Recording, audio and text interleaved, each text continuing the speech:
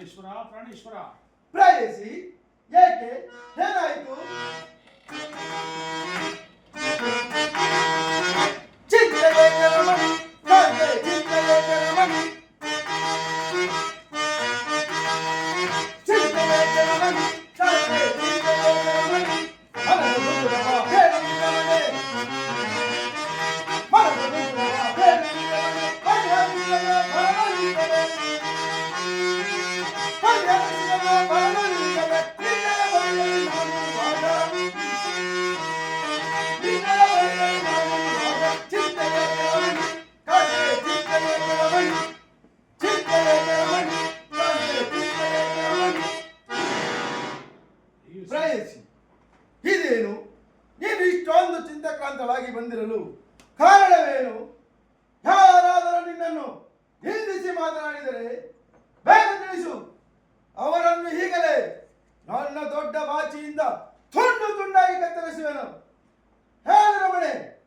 ಸ್ವಾಮಿ ಏನೆಂದು ಹೇಳಿ, ಯಾರೋ ಜಂಗುಮರು ಬಂದು ನನ್ನ ಕಿರಿಯ ಮಗನಾದ ಕೆಂಪಾಚಾರ್ಯ ದಾನವಾಗಿ ಕೇಳಿದರು. ಅದಕ್ಕೆ ಹೆದರಿ ಬೆದರಿ ನಾನು ಇಲ್ಲಿ ಓಡಿ ಬಂದೆನು. ಹೇಳು. ಭಿಕ್ಷೆಗಾಗಿ ಬಂದವನು ಭಿಕ್ಷೆಯನ್ನು ತೆಗೆದುಕೊಳ್ಳದೆ ನನ್ನ ಕಿರಿಯ ಮಗನಾದ ಕೆಂಪಾಚಾರ್ಯನ್ನು ದಾನವಾಗಿ ಕೇಳುತ್ತಿರುವೆ. ಆತನ ಸೊಪ್ಪು ಹೆಚ್ಚಿರಬೇಕು. ನಡೆ, ಈಗಲೇ ಅವನನ್ನು ಆತನನ್ನು ತಕ್ಕ ಪ್ರಾಯಶ್ಚಿತ್ತವನ್ನೇ ಮಾಡುತ್ತೇನೆ.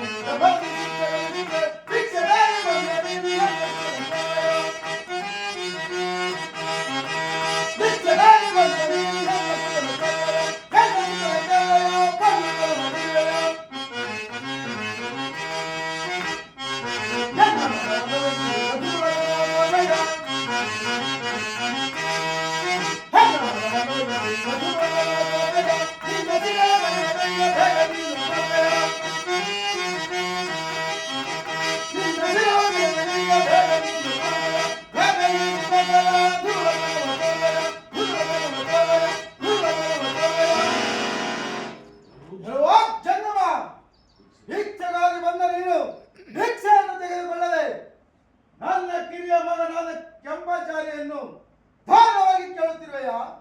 ಫಲ ಬುದ್ಧಿ ಇಲ್ಲದ ತಿರುಕರೆ, ಮೊದಲು ಇಲ್ಲಿಂದ ಹೊರಡು. ಇಲ್ಲವಾದರೆ ನಿನಗೆ ತಕ್ಕ ಪ್ರಾಯಶ್ಚಿತ್ತವನ್ನೇ ಮಾಡುತ್ತೇನೆ. ಬೇಗನೆ ಹೊರಡು.